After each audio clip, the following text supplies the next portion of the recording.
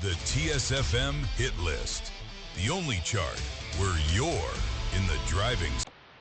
Over, she'll welcome.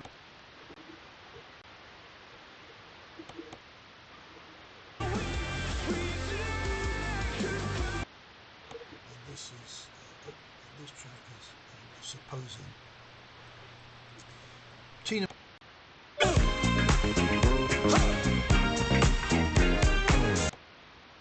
You're looking forward to the Stipe album. It's about time, isn't it?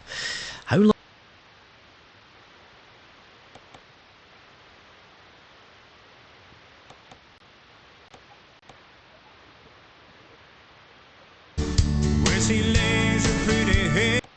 For many years, and he's even when he was just it's an important job, but when he was not in government, he was a constituency MP. He was always seriously focused on work and getting people either into work for the first time or back into work. So that's not a new thing that he's talking about by any means. Alex has called from Bournemouth on this. Hello, Alex. Hiya. Just repeating what you said, so the welfare reform last year was about mostly PIP. That is not an out-work benefit, and that's something I need to stress, because It seems like even our politicians can't seem to differentiate. And even yesterday on Andrew Marshall, I think it was even one of the Conservative spokespeople were talking about it being an out-work benefit. The reason it didn't go through was because, as backbenchers rightly analysed through data, it was going to put 250,000 disabled people into poverty. And Keir didn't listen because he just thought it was just going to go through, and that's why there was a rebellion. I'm getting very tired of repeated media going about that Labour is welfare supporters. They're not. They cut LCWRA, which is the out-of-work benefit for people with incapacity, by 50% last month, and there's not even been a whistle in the wind about it. Can you tell me what that all stands for? So LCWRA is the Universal Credit Element. It's the Limited Capabilities of Work-related Act. So it's what limits your ability to work because of health issues. Now, the second point I want to raise, linking to that, was the Conservatives' view. So Helen Whately and Kemi Bateman, they both said the same thing, that they want to lower it for people with, or cut it for people with low-level mental health conditions. Now, their system that they created as Conservatives does not give you awards based on your condition. It is based on the impact and your ability to do things like wash yourself or feed yourself or other support that you may need. But the fact that they're using this tagline repeatedly, not able to define what they want as low-level mental health conditions, it's showing the duplicity that they don't actually have a plan. They just want to cut it from people that they deem not ill enough for them. Yeah, and we also know that support for people towards the end of their life, or people with extreme illnesses like dementia, arguments, I've got friends engaged in this at the moment and trying to get continuing care, i.e. full package of funding for an extremely vulnerable parent, and it's just not there. The conversations are all about what you can't get, not what you can get. Yeah, it's like the support systems have not been invested into. Like Rachel McAdoo, Ian Duncan Jordan, like respectable Labour MPs said that you have to invest in people before you cut things away from them.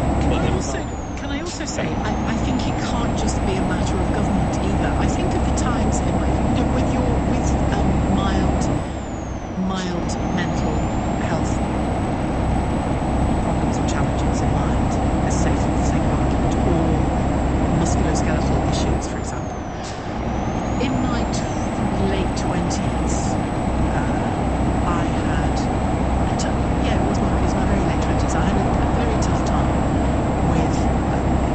It took me a while to reflect back on it and realise what had been going on. But I definitely had a very. I was never diagnosed with anything, but I think it was probably PTSD of a sort. After covering the James Bulger murder case and the trial, and all the fallout from that, and it had a really bad impact on me, and it affected my life. It affected a new job that I got that it turns out just couldn't really deliver on because I was just not I wasn't as firing on all four cylinders by any means.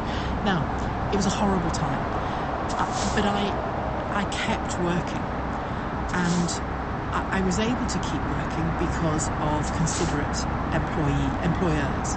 And I was able to keep working because of other support around me as well. You know, good GP, obviously family and friends, fantastic. But so, you know, the reason I give that example at all, or even just bereavement or caring, I've had that more recently, caring for somebody in bereavement, that can really send you under.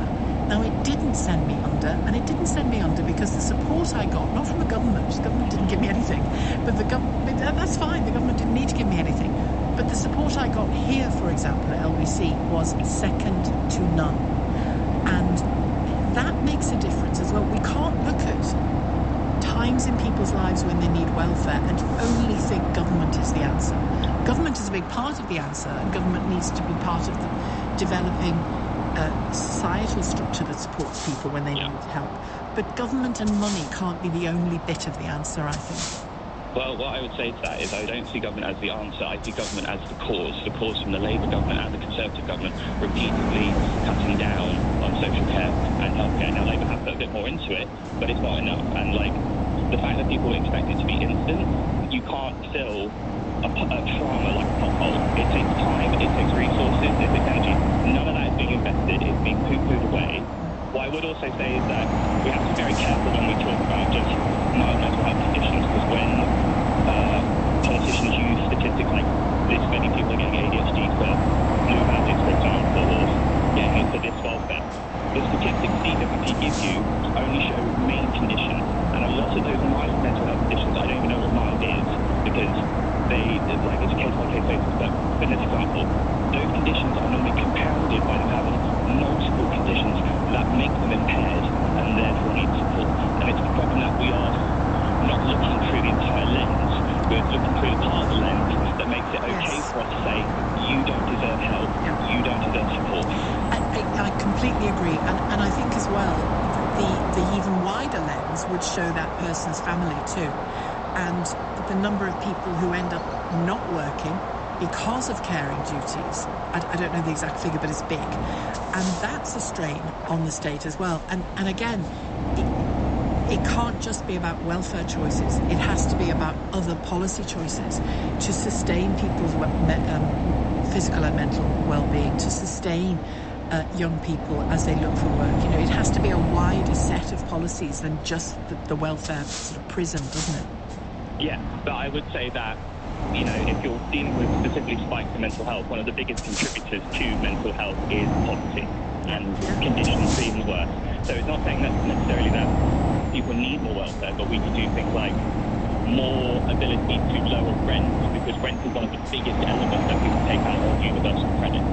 It's the biggest portion of it, and so if we were dealing more of it and more with like private rents and people's ability to have more social housing, people wouldn't be in so much struggle, and there wouldn't be the... And the government wouldn't be, the state wouldn't be paying for so much of people's housing because they would be relying less on the private rental sector and their market prices. They would have socially affordable housing.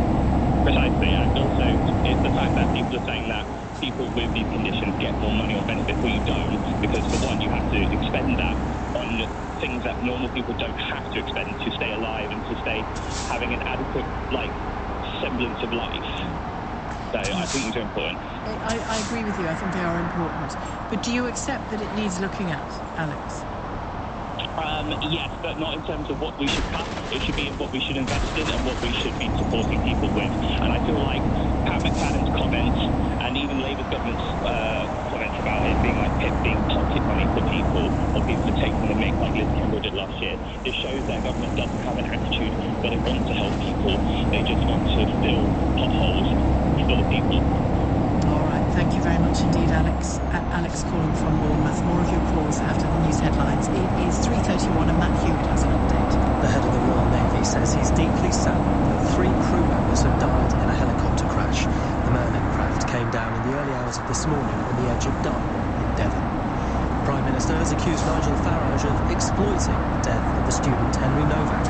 Sir Keir Starmer's condemned the Reform UK leader's call for rage after violent protests in Southampton last night. And England's new universal theme park will get £1.3 billion of taxpayer support. It'll be spent on major transport upgrades to handle an expected 8.5 million visitors a year to the Bedfordshire attraction. LBC weather, sunshine and showers, hail and thunder possible, especially in northern areas. Highs of 13 to 20 degrees. LBC. Shots from halfway causing goalkeeping howlers. Roofs badly leaking from sun and rain showers. Saturday hackers and onion sizzling. These are a few of our favourite things. When you're singing, yet not winning. When your bet's gone bad. We simply remember our favourite things, and then we'll feel so glad. For all your favourite things, visit BetVictor. 18+ gambleaware.org. Please gamble responsibly. With problem earwax, things don't feel quite right. The NHS recommends using olive oil to help relieve build-up. So Otex offers medical-grade olive oil in both drops and spray. But if you need to act faster, there's Otex Express. However you choose to treat it, choose the earwax treatment brand most recommended by pharmacists. And be cleared to hear with Otex. Based on a survey of 200 pharmacies, for verification, visit otexear.com. Ready for a new kitchen? Wix Kitchen Experts can support you with clever designs and a professional installation.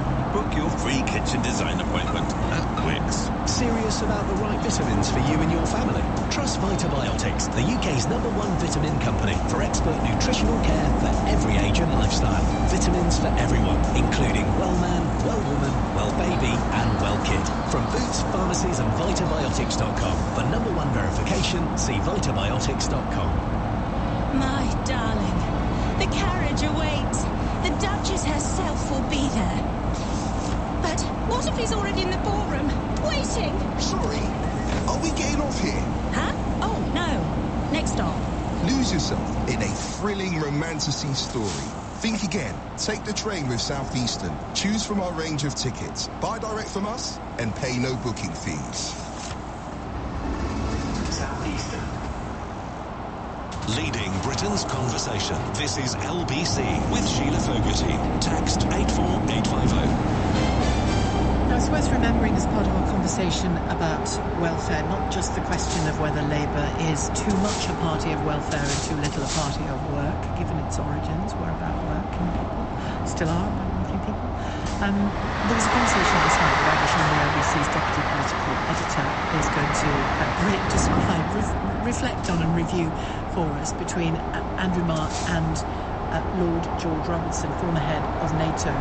He was talking about the kind of investment needed in defence and the kind of trade-offs, choices that are going to have to be made to achieve it. And I mean, I know this is specifically about defence, but the whole question of welfare spending begs so many other questions as well, doesn't it, politically? Of course, I think that's entirely it. And also the lack of welfare reform thus far after the government botched it last year and failed to get through that crucial welfare reform has thrown up so many questions about when they're going to do it, how they're going to do it. And there are so many MPs I speak to, even ones who were involved in that welfare rebellion, even some of those architects of that rebellion, who do admit very much that something needs to be done about the ballooning welfare bill. But they talk about how it's done and how that argument is built and how the narrative is created. And the feeling last year was that it was all about saving £5 billion and the narrative was all about saving money rather than working out how best to reform the system. And I think Pat McFadden, the Work and Pension Secretary, is now, it seems, trying to make it more about needs and looking at those numbers. We just had that starting report from Alan Milgram, from the Health Secretary, of course, over 1 million people out of work, training or education, and also trying to make it more about, the phrase that's been used to me is carrot and stick, and sort of talking about, yes, we are going to change the way welfare works, and that does mean, or at least we're going to try and change the way welfare works. That does mean taking away welfare from some people or awarding it to some people, but also we want to talk about how we're going to add sort of education and opportunities to. And it's important to stress time and again, isn't it, that welfare isn't just about whether you're in work or out of work or support you need. It's about so much else as well. It's about so much else. Yeah, I think that's completely right. But I think the question for Labour now is whether or not they are able to do anything on this, and whether, if Keir Starmer stays, we're in this extraordinary sort of stasis period at the moment, but if Keir Starmer does manage to stay as Prime Minister and as leader, will he ever have the capital and the capacity to actually, within the party, to actually do something on welfare? Of course, nothing on welfare was included in the Kick speech. That doesn't necessarily mean that it won't happen this year, although I think it's pretty unlikely. There's no welfare bill, exactly right. And then if there's a different leader, will they have the capital, will they have the capacity? Because as I say, there are so many people within the Labour Party who do agree this is absolutely essential.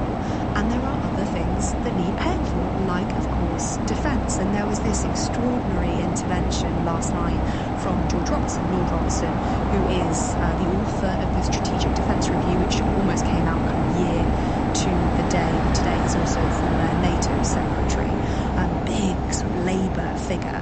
And about 6 weeks ago, Sheila, he made this speech. He didn't do any interviews, but he made a speech where he talked about there being a corrosive complacency today in Britain's political leadership. He talked about lip service being paid to the risks, the threats, the bright red signals of danger, but he even promised a national conversation about defence can't be started.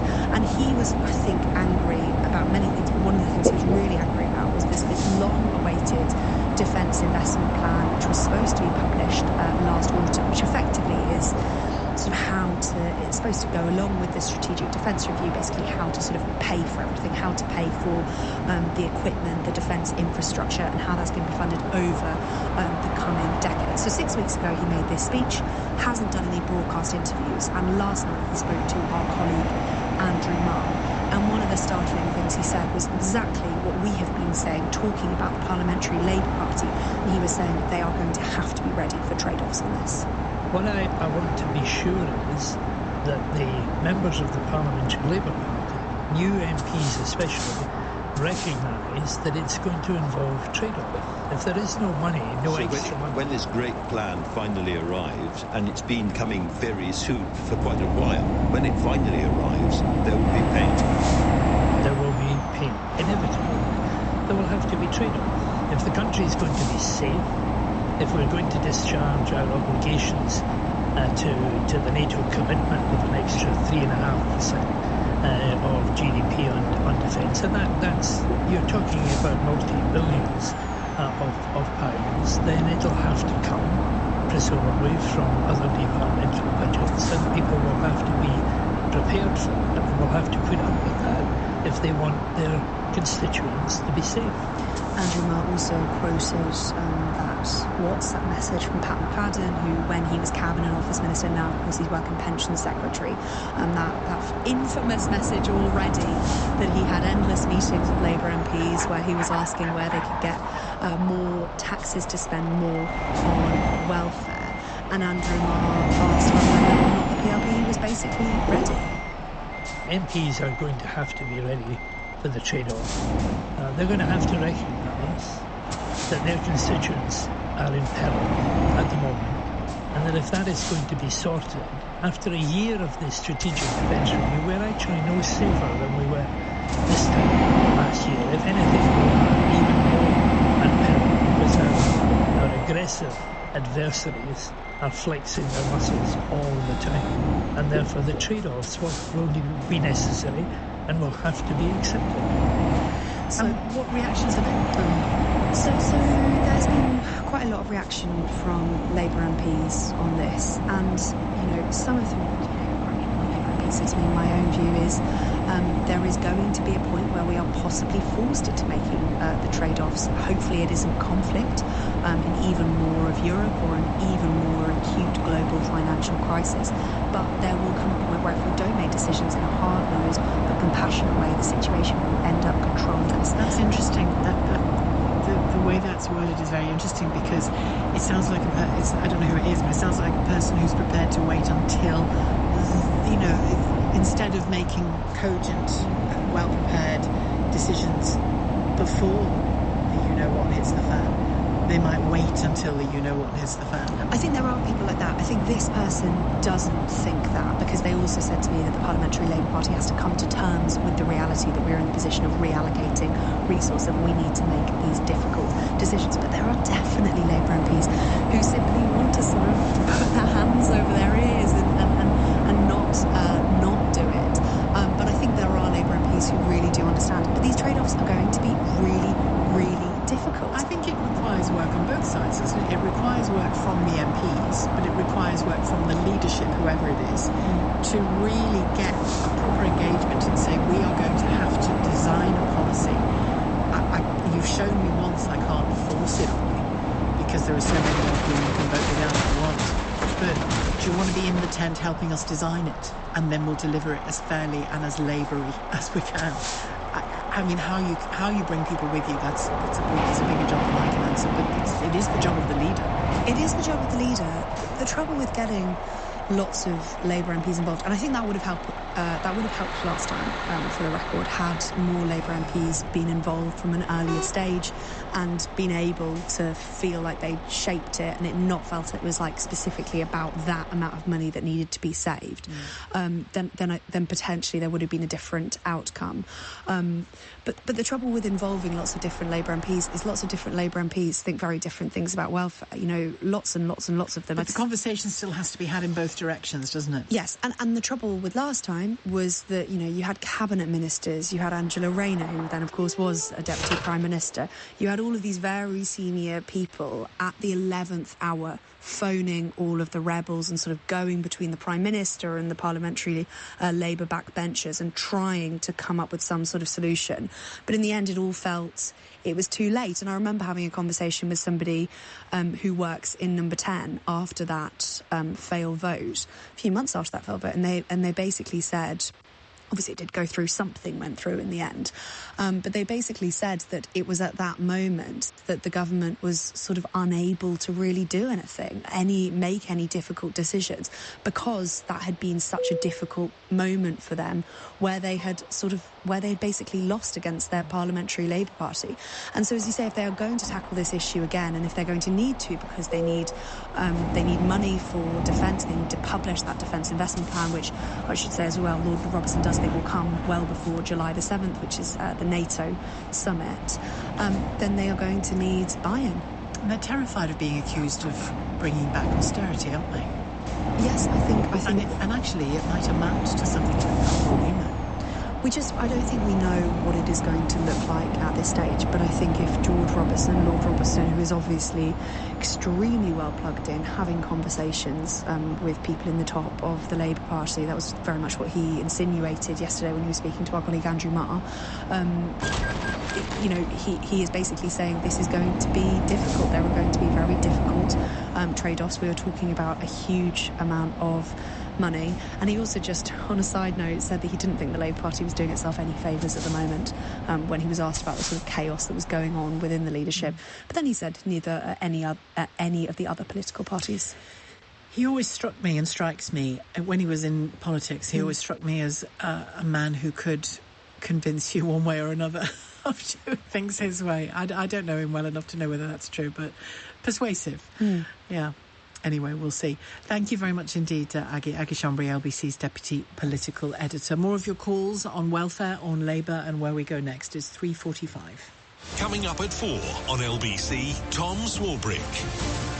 Two versions of reality presented by two very different politicians. Farage says there's two-tier policing. Keir Starmer denies it. Who's closest to the truth? Tom Swarbrick.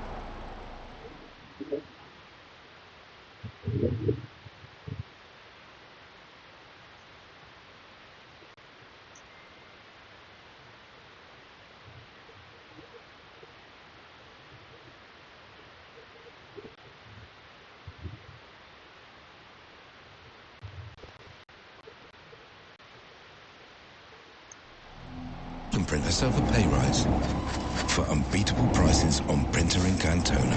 Switch to cartridgepeople.com. T's and C's apply. See online for our price promise. Ready for a new kitchen? Wix Kitchen Experts can support you with clever designs and a professional installation. Book your free kitchen design appointment at Wix. A message from TfL. I saw Alicia's photo in my newsfeed. All I can think of is her family. How they're getting on. If they're getting on. I didn't look when I pulled out, and she never made it home.